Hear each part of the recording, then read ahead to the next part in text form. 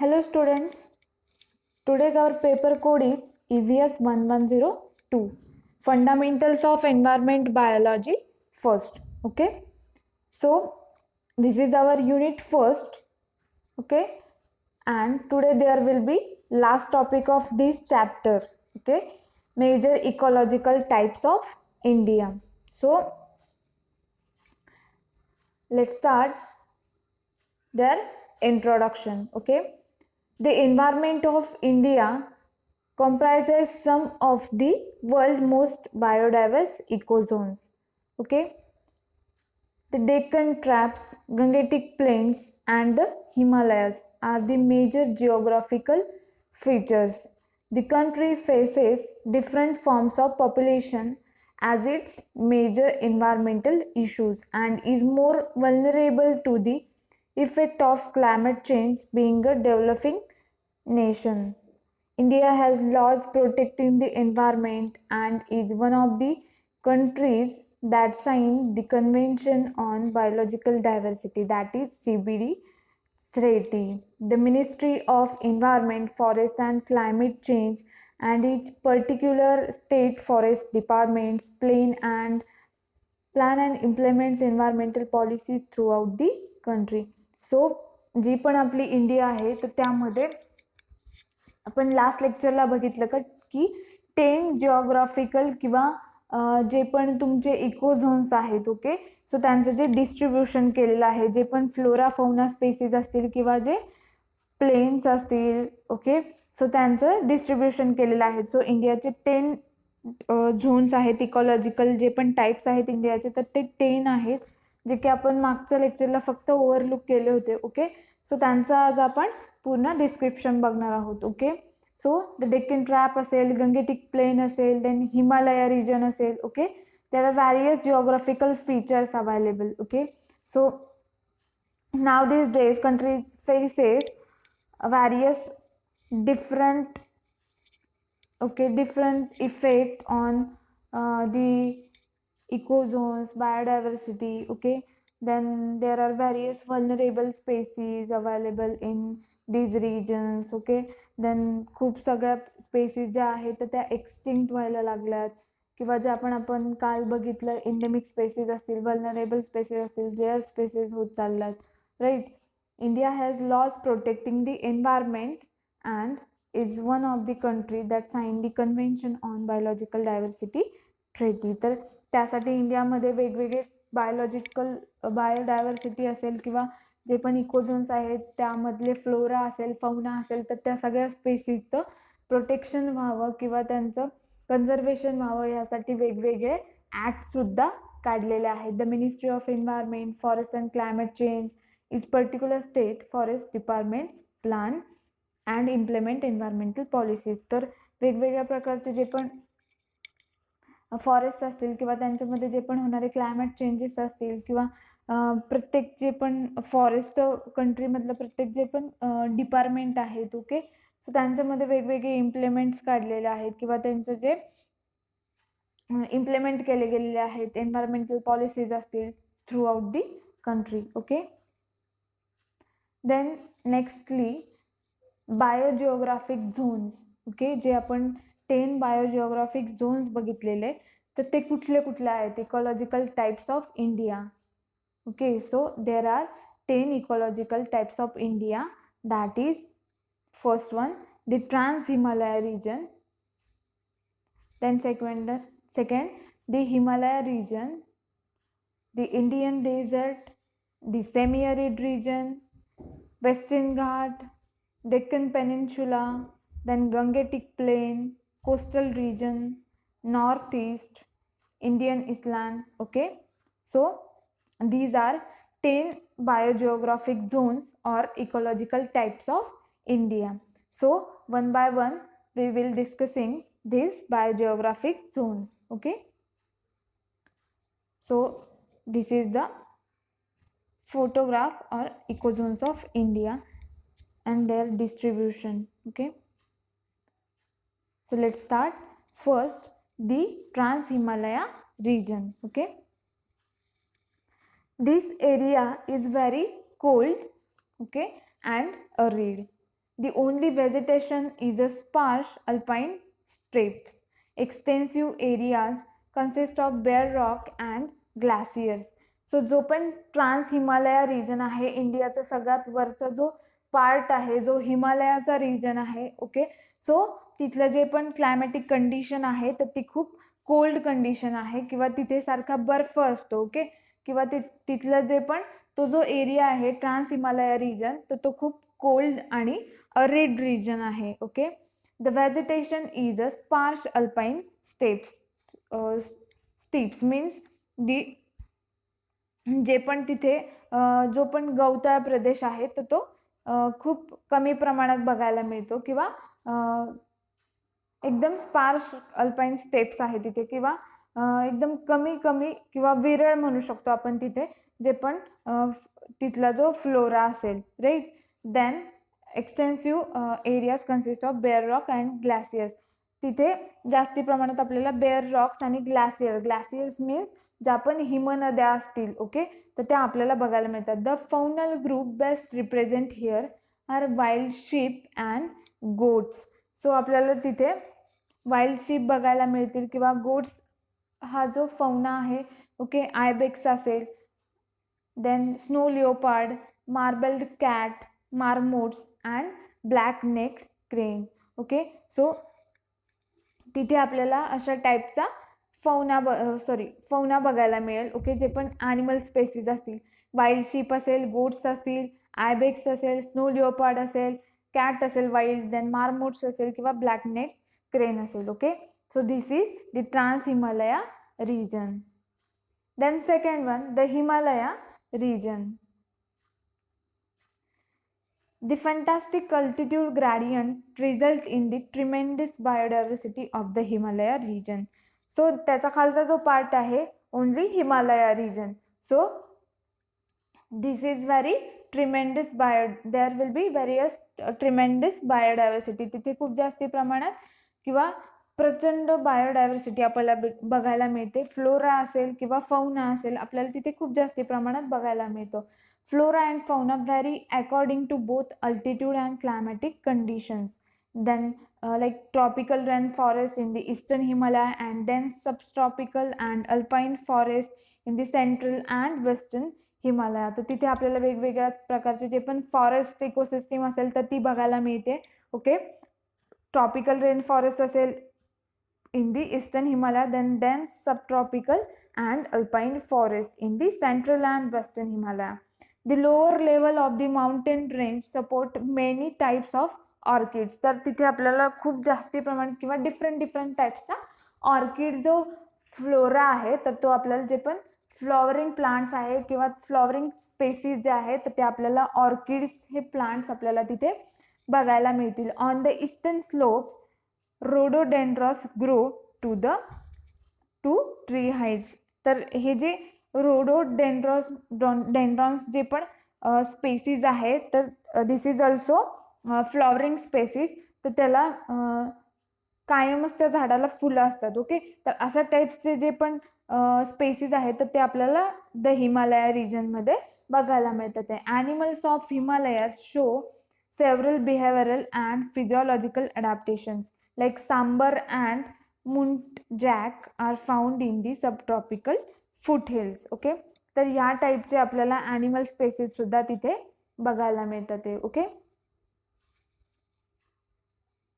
Then third one is the Indian desert. Goral and the Himalayan Thar are found in the temperate and subalpine region. Snow leopard and brown bear inhabit the alpine region.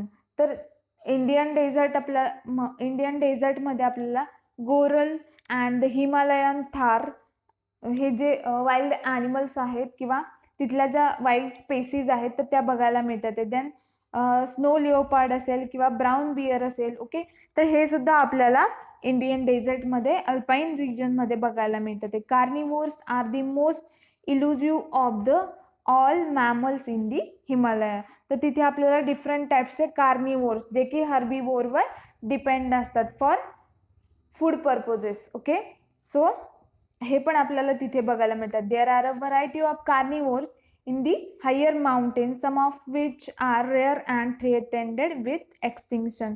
तर तिथले जे mountain ranges आहेत तर तिथे आपल्याला वेगवेगळ्या प्रकारचे carnivores animals बघायला मिळतील. The natural vegetation consist of tropical thorn forest and tropical dry deciduous forest. Sandy desert with seasonal salt marshes and mangroves are found in the main estuaries. So तिथला जो सॉल्टी एरिया आहे किंवा तिथले जे पण समुद्र किनारे असतील सो तिथे आपल्याला मॅनग्रोव्ह इकोसिस्टीम पण बघायला मिळते. So mangrove means a tidal swamp which is dominated by mangrove. So mangrove ही जे पण समुद्र किनाऱ्याच्या साईडचे जे पण सगळे ट्रीज आहेत ओके सो त्यांची इकोसिस्टीम आपल्याला तिथे बघायला मिळते. Typical shrubs are fog growing on sand dunes, seven grass covers extensive area called valley. Then Thar desert possesses most of the major insect species. So तिथे आपल्याला वेगवेगळ्या स्पेसीज ज्या पण इन्सेक्ट स्पेसीज असतील डेझर्टमधल्या तर त्यासुद्धा आपल्याला तिथे बघायला मिळतात ते okay. Then 43 reptile species and moderate bird endemism are found here. So तिथे आपल्याला 43 रेप्टाईल स्पेसीज पण अवेलेबल आहे. No niche of the Thar is divided of birds. The black buck was once the dominant mammals of the desert region, now confined only to certain pockets okay. So तिथे आपल्याला black buck सुद्धा बघायला मिळतं. The gazelle is the only species of the Indian अँटेलॉप of which the females have horns. So तिथे आपल्याला हॉर्न्सच्या सुद्धा species बघायला मिळतात. देन नीलगाई असेल okay. Then okay is now confined to the Rann of Kutch which is also the only breeding site in the Indian subcontinent for the flamingos. So जे Rann of Kutch जे आहे तर तिथे आपल्याला सुद्धा फ्लेमिंगोज सुद्धा बघायला मिळतात. Other species like desert fox, Indian great Indian bustard, chinkara and the desert cat also found okay. So तिथे आपल्याला वेगवेगळ्या प्रकारचे जे पण डेझर्ट फॉक्स असतील ओके. देन बस्टार्ड असतील, चिंकारा असेल, desert cats also available are also found in Indian desert okay. The next one is the semi arid region. The semi-arid region in the west of India includes the arid desert areas of Thar and Rajasthan extending to the Gulf of Kutch and Cambay and the whole Kathiawar Peninsula. The natural vegetation consists of tropical thorn forest and tropical dry deciduous forest, moisture forest and mangroves. Okay, तर आपला जो पण semi arid region आहे okay desert area like Thar and Rajasthan okay extending to the gulf of Kutch असेल किंवा कॅम्बे असेल okay. काठीवारचा जो peninsula आहे ओके. सो तिथे आपल्याला वेगवेगळ्या प्रकारचं नॅचरल व्हेजिटेशन बघायला मिळतं जे पण ट्रॉपिकल थॉर्न फॉरेस्ट असतील, ट्रॉपिकल ड्राय डेसिडियस फॉरेस्ट असतील, मॉइश्चर फॉरेस्ट असतील किंवा मॅनग्रोव्ह इकोसिस्टीम सुद्धा आपल्याला तिथे बघायला मिळते okay. The sandy plains have a few scattered trees of acacia and prosopis okay. So तिथलं जे सँडी प्लेन आहे सो तिथे आपल्याला वेगवेगळ्या प्रकारचे जे पण स्कॅटर्ड ट्रीज ऑफ कसले तर ॲकाशिया असेल मीन्स बाभळ असेल किंवा प्रोसोपीस असेल ओके. तर ते आपण आपल्याला तिथे प्लांट स्पेसीस बघायला मिळतात. तर gravelly plains have calotropis, gymnosporia okay. The rocky habitats are covered by bushes of euphorbia while species of Salvandora and Tamarix occur mainly near saline depression. So हा सगळा आपल्याला तिथे फ्लोरा सुद्धा बघायला मिळतो. The lion of Gir is the endemic species in this zone okay. So तिथला जो पण लायन ऑफ गिर आहे ही जी एंडेमिक स्पेसीज आहे तर ती आपल्याला फक्त सेमी अरिड रिजनमध्ये बघायला मिळते okay. Then next one is the Western Ghat. So they cover only 5% of India's land surface but are home to more than about 4,000 of the country's plant species, of which 1,800 are endemic. The monsoon forests occur both on the western margins of the Ghats and on the eastern side where there is less rainfall. This zone displays diversity of forest from evergreen to dry deciduous. Okay, so जो western घाट आहे तर तिथे पण आपल्याला वेगवेगळ्या प्रकारच्या किंवा different spaces बघायला मिळतात. ओके, तिथे पण फ्लोरा आणि फौना जो आहे तर तिथे अवेलेबल आहे. They cover only 5% of India's land surface. Okay, western Ghat जो आहे तर तो इंडियातला फक्त 5% पार्ट आहे. बट तिथे ज्या पण वेगवेगळ्या प्रकारच्या स्पेसीज आहेत, 4,000 स्पेसीज आहेत तिथे प्लांटच्या, आणि एंडेमिक ज्या स्पेसीज आहेत तर ते 1,800 तिथे एंडेमिक स्पेसीज आपल्याला वेस्टर्न घाटमध्ये बघायला मिळतात. Okay, the Nilgiri langur, lion tailed macaque, then Nilgiri tahr, Malabar grey hornbill and most amphibian species are endemic to the western Ghat. So ह्या प्रकारचा तिथे आपल्याला फौना सुद्धा बघायला मिळतोय. ओके, ह्या प्रकारचे तिथे ॲनिमल स्पेसीज असेल, निलगिरी लंगूर असेल, लायन टेड मॅकॅक्यू असेल, देन निलगिरी थार असेल. Okay, then next one is the Deccan peninsula. The Deccan Peninsula is a large area of raised land covering about 43% of India's total land surface. It is bound by the Satpura Range on the north-western Ghat, on the west and eastern Ghat on the east.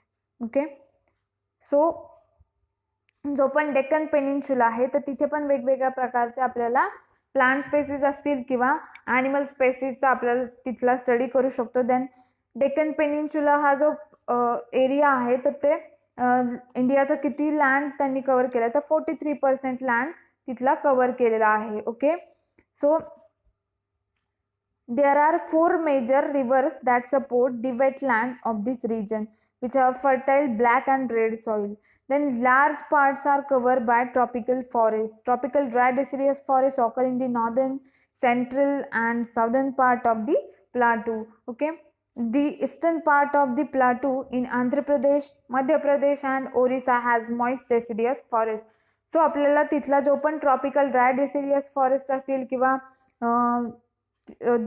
जो पण त्यांनी part cover केलेला आहे. Okay, तर eastern पार्टमधला Andhra Pradesh असेल, मध्य प्रदेश असेल, ओरिसा असेल. Okay, so तिथे आपल्याला मॉइस्ट डेसिडियस फॉरेस्ट बघायला मिळतात. Fauna like tiger, sloth bear, wild boar, gaur, sambar and chital are found throughout the zone along with small relict population of wild buffaloes, elephants and barsinga. तर ह्या टाईप्सचे जे पण वाईल्ड ॲनिमल्स असतील, okay, Deccan peninsula मधले किंवा जे आपण फौना स्पेसीज आहेत तर त्या तिथे अवेलेबल आहेत. Okay, the next one, the Gangetic plain. The Gangetic plain is one of the India's most fertile region. The soil of this region is formed by the alluvial deposit of the Ganges and its tributaries. तर जो पण Gangetic plain आहे, okay, जी Ganga river आहे, जो Gangetic plain आहे तर त्या ठिकाणी सुद्धा आपल्याला वेगवेगळ्या प्रकारच्या फ्लोरा फौना स्पेसीज अवेलेबल आहेत खूप जास्ती प्रमाणात. ओके, आणि जे पण तिथला पार्ट आहे तर तिथली जी सॉईल आहे तर ती कशी आहे, ॲल्युव्हल किंवा जी गाळाचा प्रदेश म्हणू शकतो आपण त्याला. Okay, the 4 important surface differences recognize in the geomorphology of the plains. तर ह्या गंगेटिक प्लेनचे सुद्धा 4 टाईप्स केलेले आहेत किंवा 4 प्लेन्स केलेले आहेत. फर्स्ट इज भाबर असेल, तेराई असेल, भानगार असेल किंवा तेराई खादर असेल. Okay, the Gangetic Plains stretching from eastern Rajasthan through Uttar Pradesh to Bihar and West Bengal are mostly under agriculture. The large forest area is under tropical dry deciduous forest, and the southeastern end of the Gangetic Plain merges with the littoral and mangrove region of the Sundarban. Okay, so जो पण eastern Rajasthan असेल किंवा तिथला जो part असेल, उत्तर प्रदेश असेल to Bihar and West Bengal, तर हा सगळा जो एरिया आहे तर तो ॲग्रिकल्चरसाठी यूज केला गेलेला आहे. देन तिथे आपल्याला ट्रॉपिकल ड्राय डेसिडियस फॉरेस्ट बघायला मिळतात. ओके, देन मॅनग्रोव्ह इकोसिस्टीम सुद्धा आपल्याला तिथे बघायला मिळते. And the fauna includes elephant, black buck, gazelle, rhinoceros, then Bengal florican, crocodiles, freshwater turtles and the dense waterfall community. Okay, तर ह्या सगळ्या टाईप्सचा आपल्याला तिथे फौना सुद्धा बघायला मिळतोय. Then next one is the coastal region.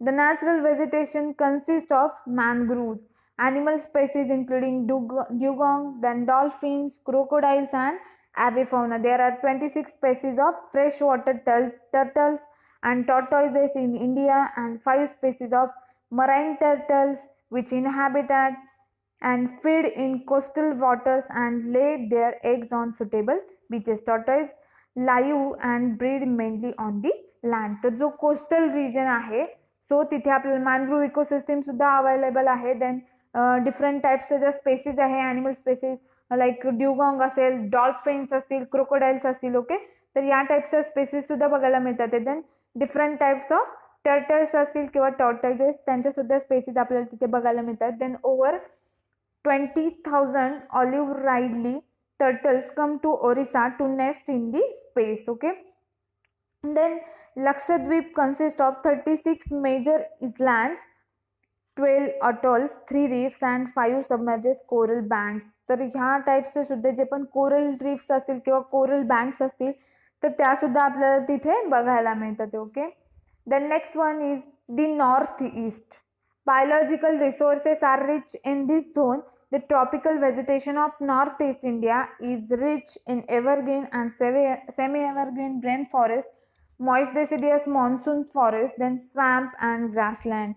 The northeast जो area आहे, okay, this is also rich in this zone. Biological resources जे असतील तर तो पण एरिया खूप रिच आहे. द ट्रॉपिकल व्हेजिटेशन असेल, देन तिथे जे पण एव्हरग्रीन किंवा एव्हरग्रीन रेन फॉरेस्ट सुद्धा आपल्याला बघायला मिळतात किंवा मॉइस्ट डेसिडियस असेल किंवा स्वॅम्प एरिया, ग्रासलँड एरिया, तर सगळ्या इकोसिस्टम आपल्याला तिथे स्टडी करायला मिळतात. Then mammalian fauna includes 390 species of which 63% are found in Assam. The area is rich in smaller carnivores. Okay, तर त्या एरियामध्ये आपल्याला वेगवेगळ्या प्रकारचे स्मॉलर टाईप्सचे कार्निवोर्स सुद्धा स्टडी करायला मिळतात किंवा बघायला मिळतात. The country highest population of elephants are found. So तिथे आपल्याला हायेस्ट पॉप्युलेशन कशाचं बघायला मिळतं तर एलिफंट्सचं. Okay, then the Indian island. It is a group of 325 islands, Andaman to the north and Nicobar to the south. Okay, 335 island आपल्या इंडियामध्ये अवेलेबल आहेत किंवा फाउंड होतात. So Andaman to the north and Nicobar to the south. Okay, the two are separated by about 160 km by the 10-degree channel of the sea.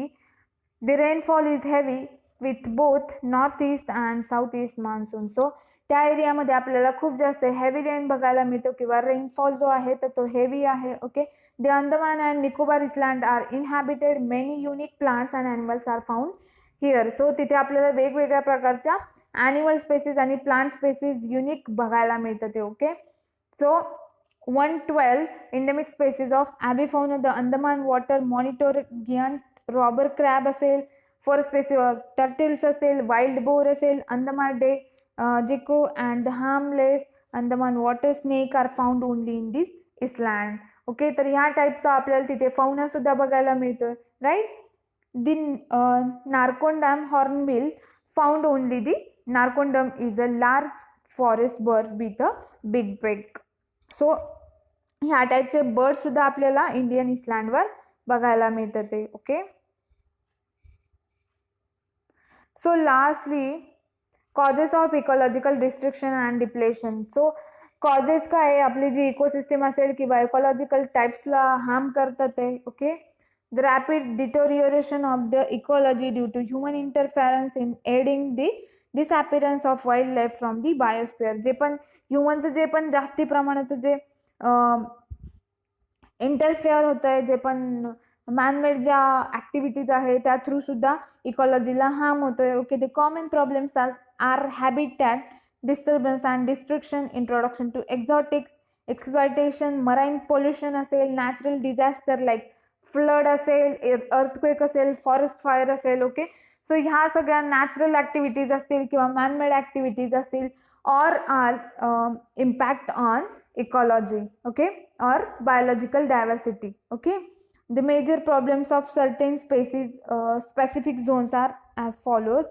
वेटलँडला siltation असेल, eutrophication असेल, एन्क्रॉचमेंट असेल, tourism असेल. Okay, जे पण वेटलँड्स आहेत, ओके, सो जे पण अतिक्रमण झालंय किंवा टुरिझम आहे, या सगळ्याचा इम्पॅक्ट त्याच्यावर होतोय. देन फॉरेस्ट असेल, डिफॉरेस्टेशन अँड डिग्रेडेशन असेल, एक्सटेंडिंग कल्टिवेशन असेल, ओके, रोड लाईनिंग असेल किंवा मायनिंग ऑपरेशन असेल, तर ह्या सगळ्याचा इम्पॅक्ट फॉरेस्टवर होतोय. देन सीज असेल, ओके, थर्मल पॉवर प्लांट असेल किंवा ऑइल स्पिलेज असेल, ब्लास्टिंग असेल, ह्या सगळ्याचा impact seas ecosystem means aquatic marine इकोसिस्टीमवर होतोय.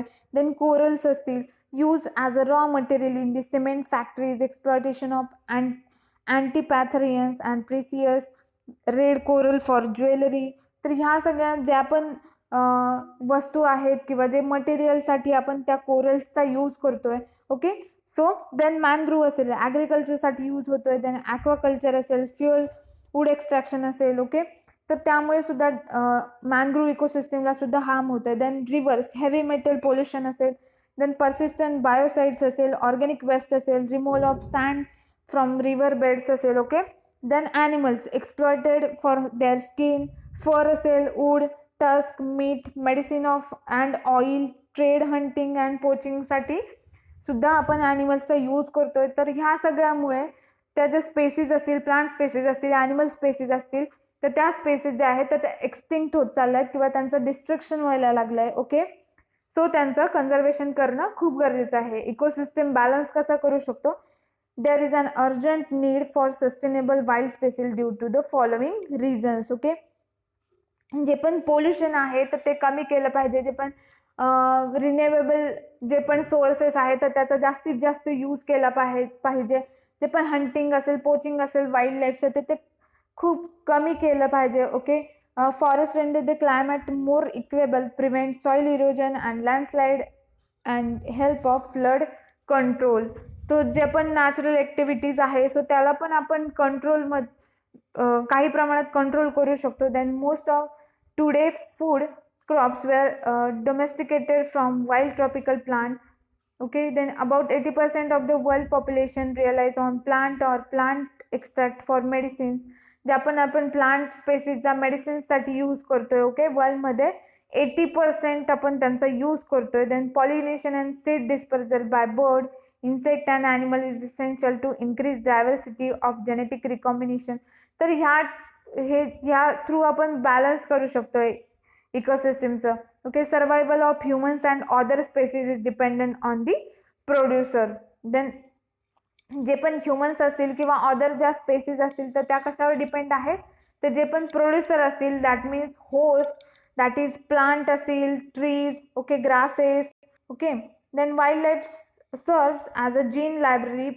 Premature extinction of species lead to irreversible loss of genetic information that influence the future elevation of life on earth, aesthetic value. Okay,